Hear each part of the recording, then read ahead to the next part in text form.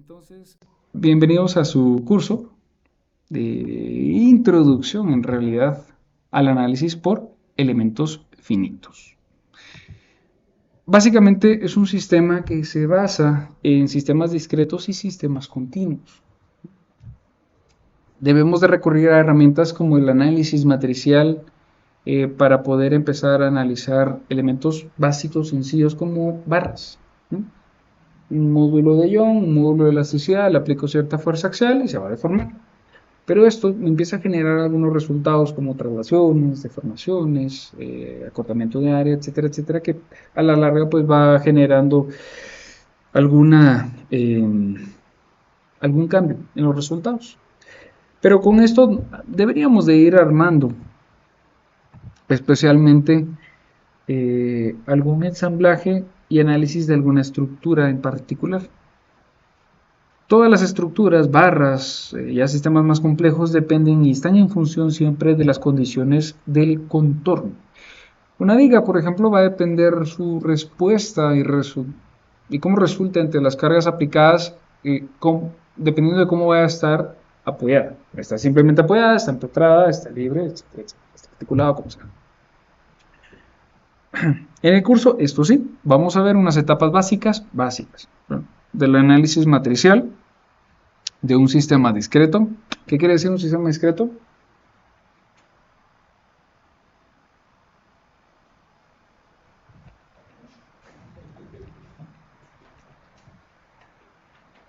Ya tienes Funciona con láser de tiempo, ¿no? ¿Cómo? Funciona con láser de tiempo.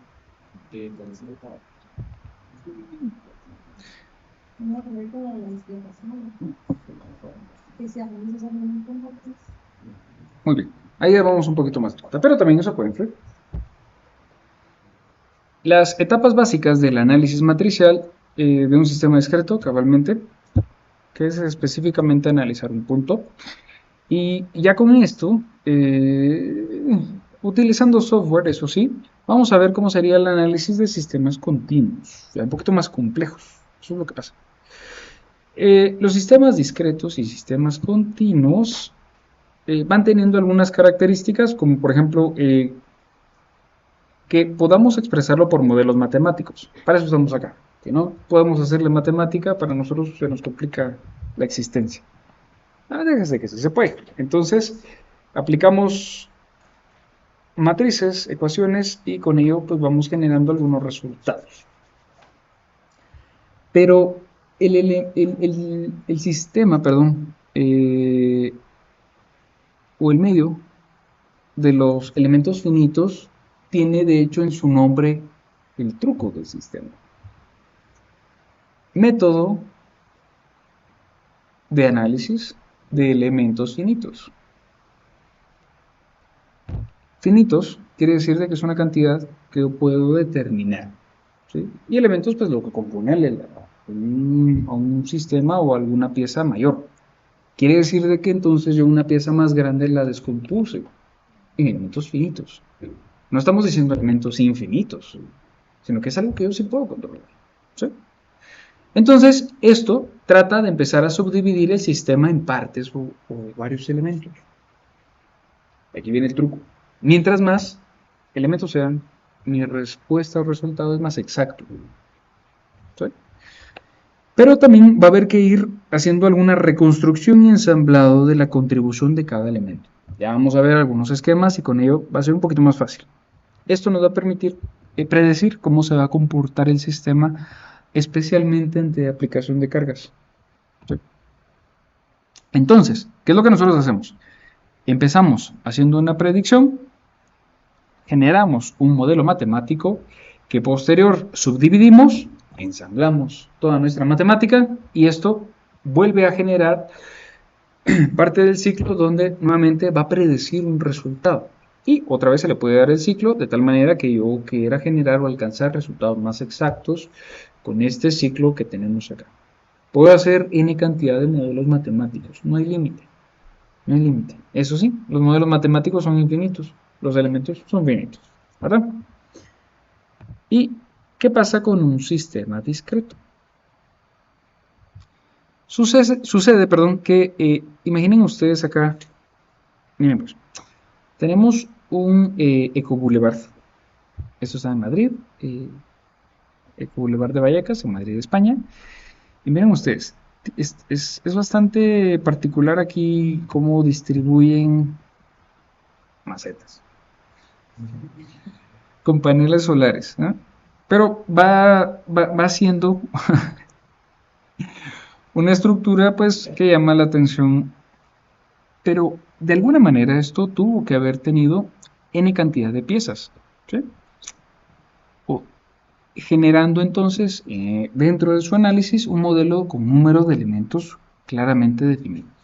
Entonces ahí es donde entra la discretización, cuando nosotros simplificamos la estructura global, ¿correcto? Entonces, demos una repasadita ahí a qué es discretizar. Por ejemplo, ustedes me dicen,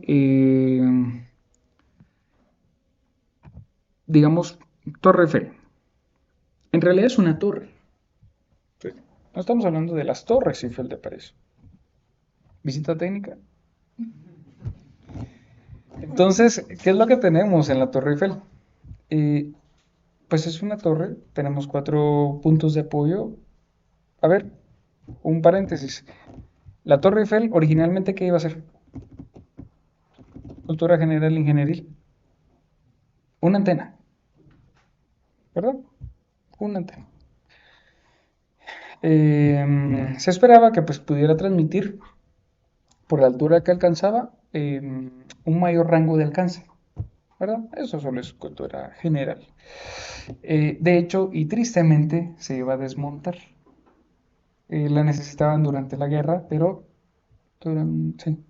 Pero, y de hecho, el ingeniero Gustave Eiffel, de hecho, recomendado a los que puedan ver en Prime Video, Eiffel es la película, ingeniero estructural de los nuestros, gran cuate.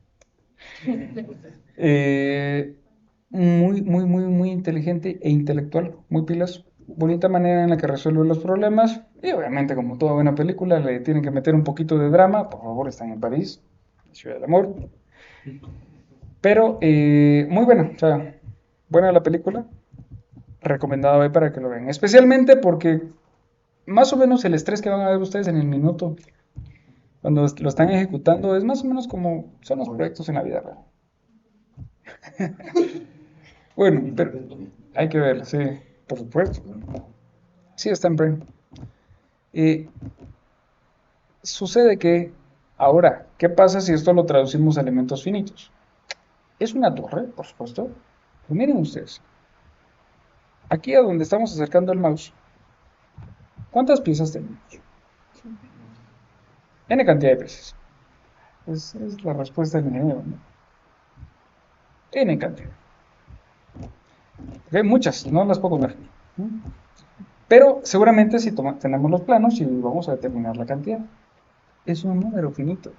Entonces, ¿qué sucede con la Torre Eiffel? Sucede que es una sola torre, pero está compuesta de varias piezas. ¿Sí? Entonces, ¿qué fue lo que pasó? Por eso a mí me gusta mucho la película. Sale el ingeniero con sus planos y haciendo todos sus esquemas a lápiz. Y va haciendo con cada segmento un equilibrio de fuerzas. Y ahí pues va generando, precisamente porque la fase de montaje era muy complicada. Levantaron pues las 4 patas, las 4 torres, que debían de llegar con casi cero margen de error a conectarse al nivel 1, de hecho, que se hace pues en la visita técnica que vamos a hacer un día. Son 3 niveles, ¿verdad? También a lo largo de la torre pues tienen un restaurante bastante de bastante prestigio, ¿verdad? Tiene Chef Michelin ahí, toda la cuestión. Pero regresando al tema de los elementos finitos, ¿qué sucede?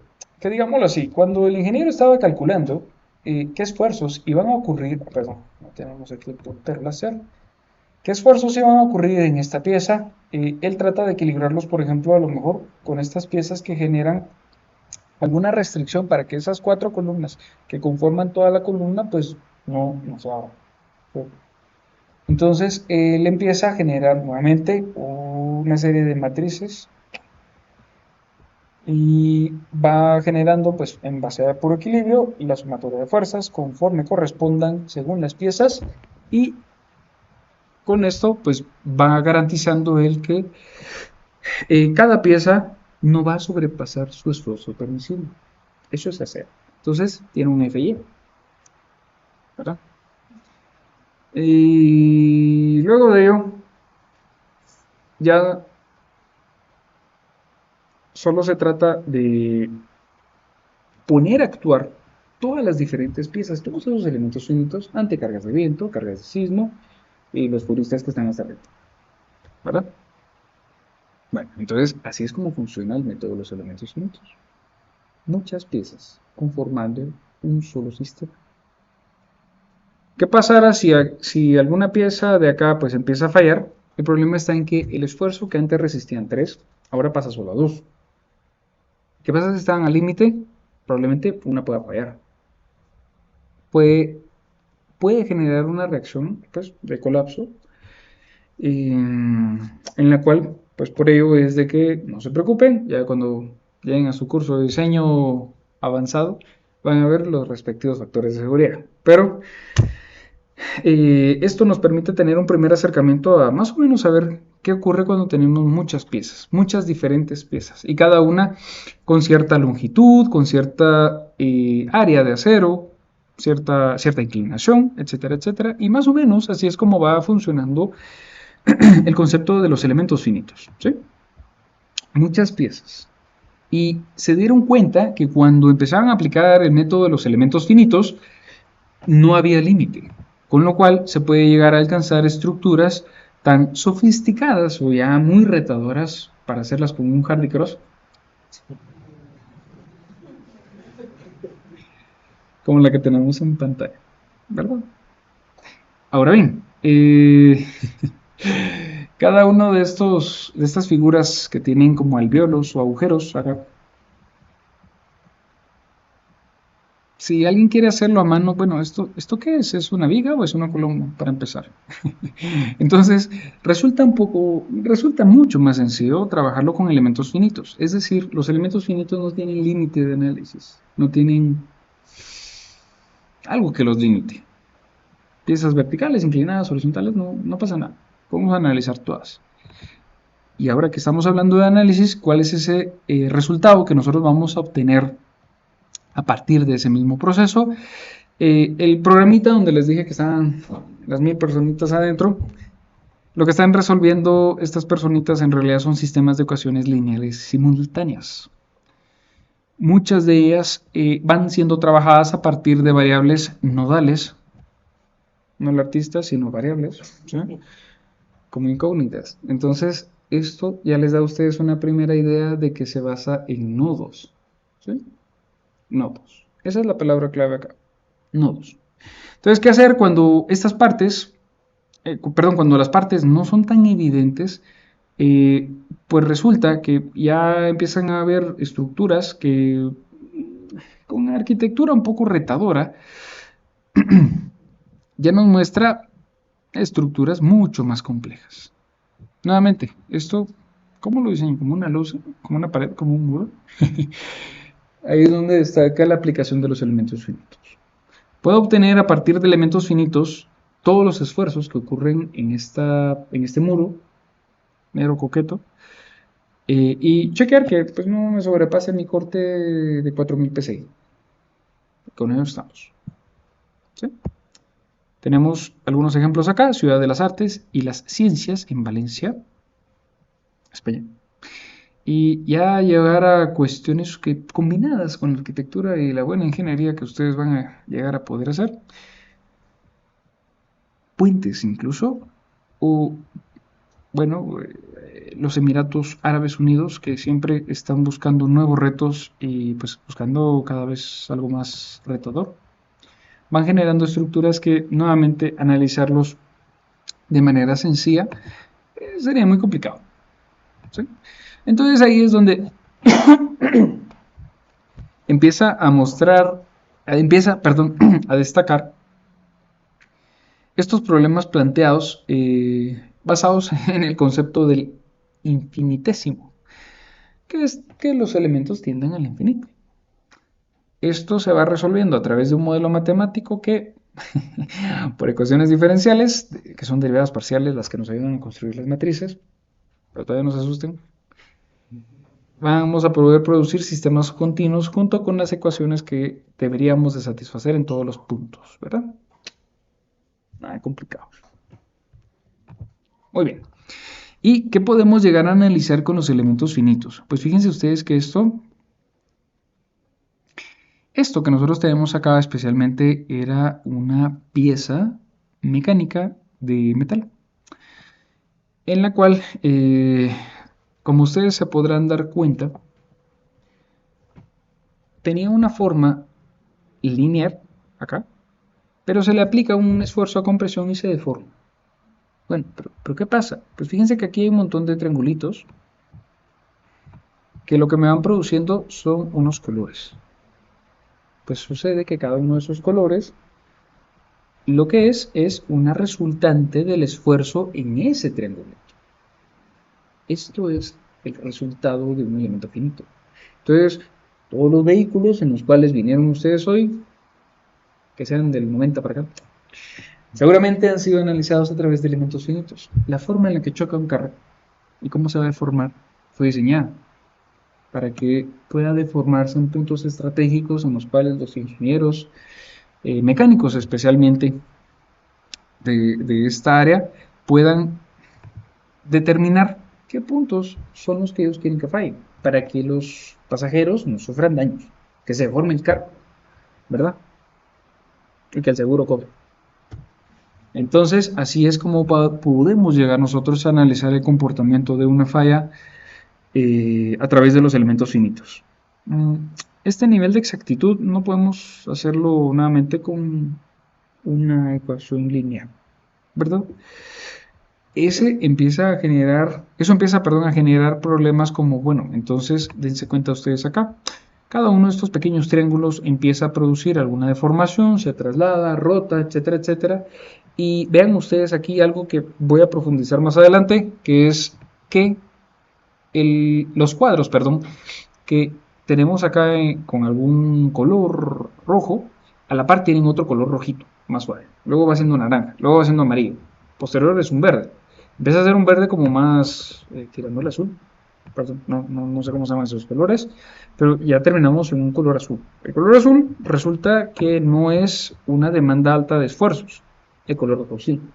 Entonces, ¿qué pasa eso? Que empieza a haber un comportamiento en el cual comparten los esfuerzos las piezas más esforzadas con la vecina. La pieza vecina. Es la vecina. Esta es la par, ¿verdad? Entonces, poco a poco ahí se empieza a ir compartiendo la información. Muy bien. Y las características de esta solución analítica o exacta sería muy complicada hacerla de manera manual o con ecuaciones. También que de forma manual se pueden obtener solo respuestas aproximadas. Lo que nosotros buscamos aquí al discretizar el modelo, o sea, pasamos de un modelo matemático a un modelo discreto, es que podamos reducir de infinitas variables incógnitas a un grado finito de variables que podemos controlar. Hay algunos conceptos y de hecho precisamente todo este tema de los elementos finitos empezó a partir de conceptos básicos que todos conocemos. ¿Sí? De hecho, este esquema seguramente lo vieron en el curso de estática, creería yo, de los libros que se utilizaban. No recuerdo si era Hitler. Bueno, pero estos libros de texto, de hecho, estos eran los problemas que manejaban. Y precisamente estos esquemas fueron generando el método de los elementos finitos. Entonces vamos a tocar también cómo primero para poder empezar a controlar matrices, saber cómo manejarlas, calcularlas, etcétera, etcétera, hacer análisis matriciales de estructuras básicas de barras. Una. Y en ella vamos a poder revisar cómo va a ser la deformación que van a tener estas piezas y las fuerzas internas en cada elemento. Esto nos empieza a dar el concepto de aquel esquemita que les mostré, donde comparten con la vecina. Muy bien. Si nos enfocamos en una barra horizontal, a través de una aplicación de fuerzas, imagínense ustedes que nosotros tenemos los extremos libres de esta barra y nosotros pues le vamos a aplicar cierta fuerza, pero U2 o la fuerza 2 probablemente sea diferente o mayor, quedémonos con que es mayor a la fuerza aplicada a F1. Como en introducción a la dinámica de estructuras, los desplazamientos se denotan con la letra U, ¿verdad? Entonces, la fuerza 2 hace un desplazamiento U sub 2 y la fuerza sub 1 genera un desplazamiento U sub 1, ¿sí? Barrita porque es vector.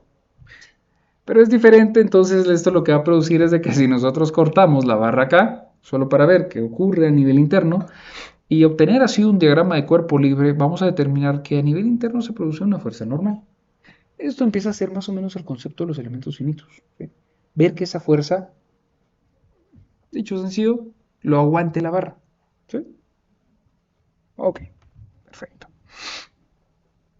Entonces, este mismo concepto nos empieza a producir algunas ecuaciones de análisis. Por ejemplo, el estiramiento sería la diferencia entonces del desplazamiento 2 versus el 1 en esta barra, específicamente en esta barra, ¿sí?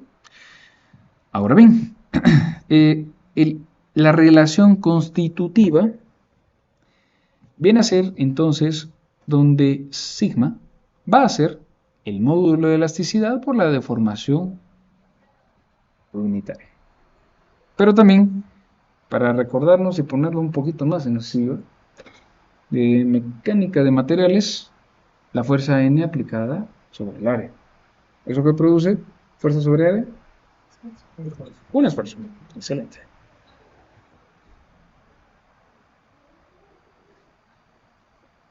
Pero para poder producir, como ustedes ya muy bien sabrán, la deformación unitaria, ¿sí la han escuchado?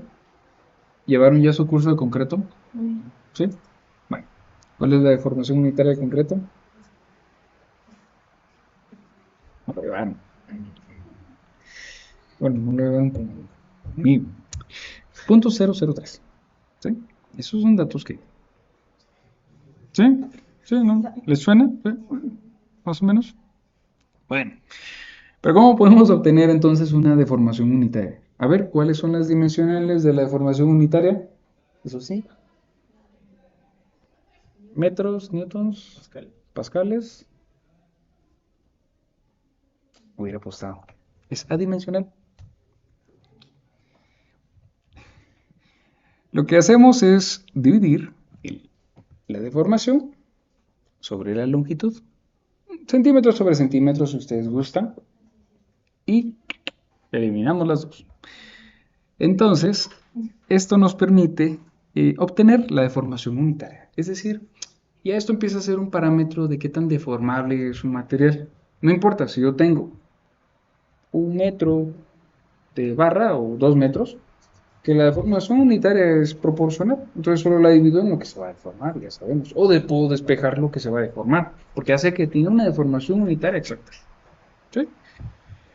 Si nosotros hacemos un diagrama de cuerpo libre, si hacemos nuestra clásica sumatoria de fuerzas en X, obtenemos entonces, hacen ustedes todo el proceso de las ecuaciones y resuelven a través del sistema que ustedes quieran, van a llegar a las ecuaciones de equilibrio, donde la fuerza normal sería igual, en este caso, a menos fuerza aplicada sobre 1. Caso contrario, N va en sentido contrario, entonces, sumatoria de fuerzas, ya saben ustedes el resto de la historia, y resulta ser que tiene el mismo valor a F sub 2, ¿verdad? O F sub 2 está restando, pasa a sumar y menos N por el sentido de aplicación, y las dos son negativas, entonces N es igual a F sub 2. Sencillo, ¿verdad? Entonces, ¿qué pasa si yo quiero relacionar especialmente, mira pues, a ver, ojo acá, ¿sí? Mucha atención. Voy a tomar la ecuación de compatibilidad, compatibilidad porque esto, como su nombre lo indica, hace que sean compatibles los términos. Y miren ustedes que aquí tenemos una primera relación. Aquí aparece el mismo concepto. El esfuerzo, que es una fuerza sobre área, también lo pueden expresar ustedes como el módulo de elasticidad por deformación unitaria. Probablemente esa sí no la habíamos visto. Esta sí permito que la hubieran respondido así. Pero precisamente todos los materiales, es decir, el módulo de elasticidad del concreto, que anda alrededor de 2100 megapascales por 0.03, les va a dar a ustedes el esfuerzo del concreto. ¿Mm? Lo mismo para el acero, solo que el del acero es de 2000 megapascales. Ya solo hay que ver la deformación unitaria, ¿verdad? Pero esto ya genera una primera relación. Son valores que va teniendo el tipo de barra, el tipo de viga o columna, dependiendo del material. ¿Sí? Excelente. Nítido. Entonces, ¿qué pasa si ahora relacionamos a partir de esa ecuación constitutiva? Pues sucede que, a ver, no se me van a perder, ¿sí? Tenemos directamente la, o ¿saben qué? Miren, pues, hagámoslo aquí bastante sencillo. Como yo sé que ya copiaron la relación constitutiva y la relación de compatibilidad, primero voy a trabajar con esta primera parte de la ecuación, ¿sí? Si yo sé que área está dividiendo acá, área pasa al otro lado, ¿va? A multiplicar. Muy bien. Entonces, área pasó a multiplicar a elasticidad por módulo de, perdón, por deformación unitaria. ¿Correcto? Y luego, a partir de la ecuación de compatibilidad, la que estaba allí abajito, es decir, perdón, ya no los quiero asustar, ahí está, esta, la de compatibilidad, vamos a sustituir el módulo, perdón, la deformación unitaria, ¿correcto? Entonces vamos a tener E por, eh,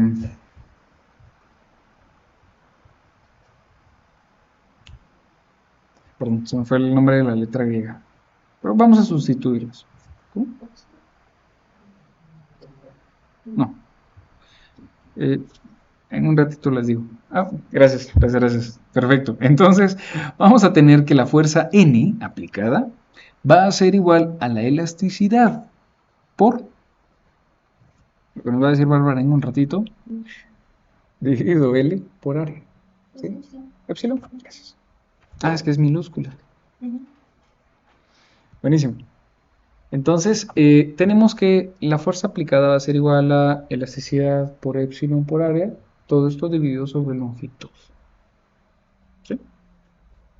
Y finalmente, ahora como ya sabemos qué quería decir la N, vamos a ver, miren pues, no se me van a perder. Aquí tenemos la letra N, ¿sí? Vean ustedes. Perdón, aquí tenemos nuevamente la letra N, ¿sí la ven? Va, entonces ahora la nueva N que encontramos la sustituimos aquí en este círculo que recién les hago. Y menos F1, que era la ecuación que teníamos en la diapositiva anterior, ahora le vamos a sustituir N. ¿Pero qué quiere decir N? E por A dividido L, ¿sí? Entonces aquí tenemos E por A dividido L. Pero fíjense ustedes que aquí, esto que está entre el paréntesis, sabíamos que era entonces epsilon, ¿correcto? Entonces aquí, nuevamente epsilon, ya habíamos platicado que iba a ser lo que se iba a estirar. ¿Ok? Todo está aquí en su diapositiva que van a tener, no se preocupen. Y así como lo hicimos para menos F1, lo podemos trabajar para F sub 2. Ahora fíjense que aquí entra un nuevo término. Y aquí le pido por favor a los compañeros que recibieron dinámica, E por A, elasticidad por área, dividido longitud, ¿con qué va relacionado? ¿Qué produce eso?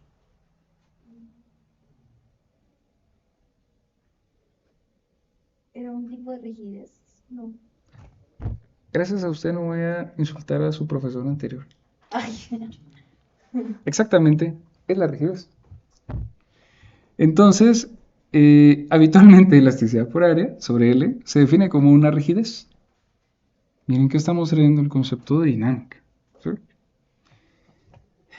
Para los que no habíamos visto esto, ¿qué sucede? Que la rigidez va a depender un poco, no un poco, depende directamente de, primero, qué tipo de material tengo yo. Eso se traduce numéricamente, porque como con números es que hablamos nosotros, a través de la elasticidad. ¿Mm? Vamos a ver. Así, ejemplo sencillo, básico. No es lo mismo que yo tome una columna maciza. Ahorita vamos a calcular refuerzo, mira. Imagínense ustedes. Yo tengo una columna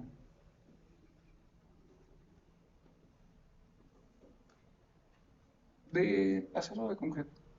De acero. Tenemos una columna de acero. ¿Sí? Bueno, pues sucede que el acero produce una elasticidad de 2000 megapascales. Ya partimos ahí. ¿Sí? El acero, independientemente de qué tipo de acero según la SDNSA, a 572, a 992, a 36, todos comparten el mismo módulo de elasticidad. ¿Qué es la elasticidad?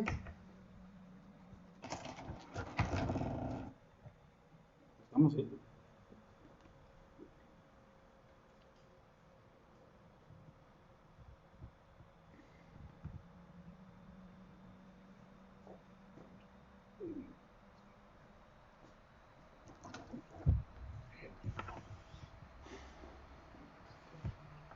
A ver, Brandon.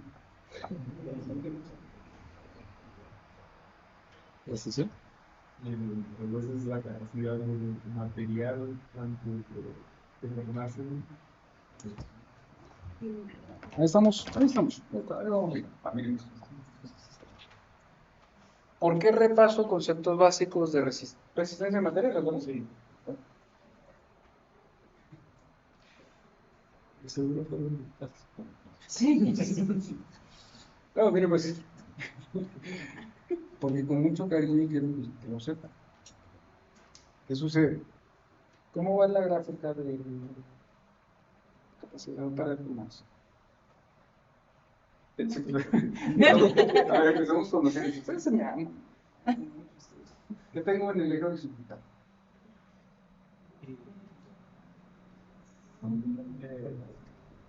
sí, No.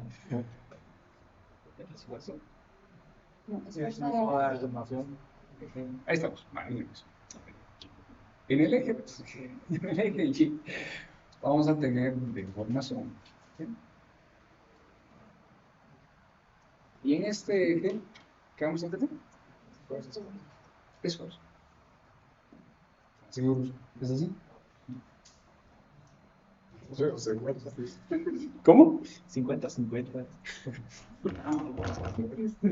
Deformación versus deformación. Esfuerzo, perdón. Deformación versus esfuerzo. 100% seguro.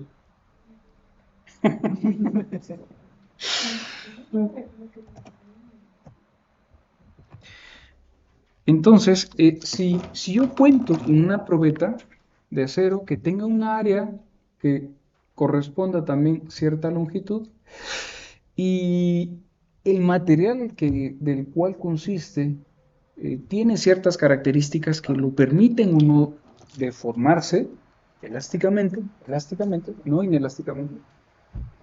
Claramente va a ser sencillo de si yo puedo compararlo con un área, por ejemplo, más pequeñita, digamos que ahora yo tuviera un área 2. Obviamente, área 2 es inferior, muy inferior, perdón, al área 1, digámoslo así. Pues, ¿qué sucede? Que también yo tuviera, pues, la misma pieza de acero con una longitud de 2, pues mucho mayor. ¿qué ocurre? Que si L1 es mucho menor que L2, aquí es donde espero que ustedes que lo han dicho. No, es donde solo ver estos esquemas, ¿cuál para ustedes parece ser su número más resistente? Solo que con nosotros. Muy pequeño. El chiquito aguanta. Más carga, de tal manera que obedece a una buena rigidez. ¿Sí? Perfecto. Muy bien.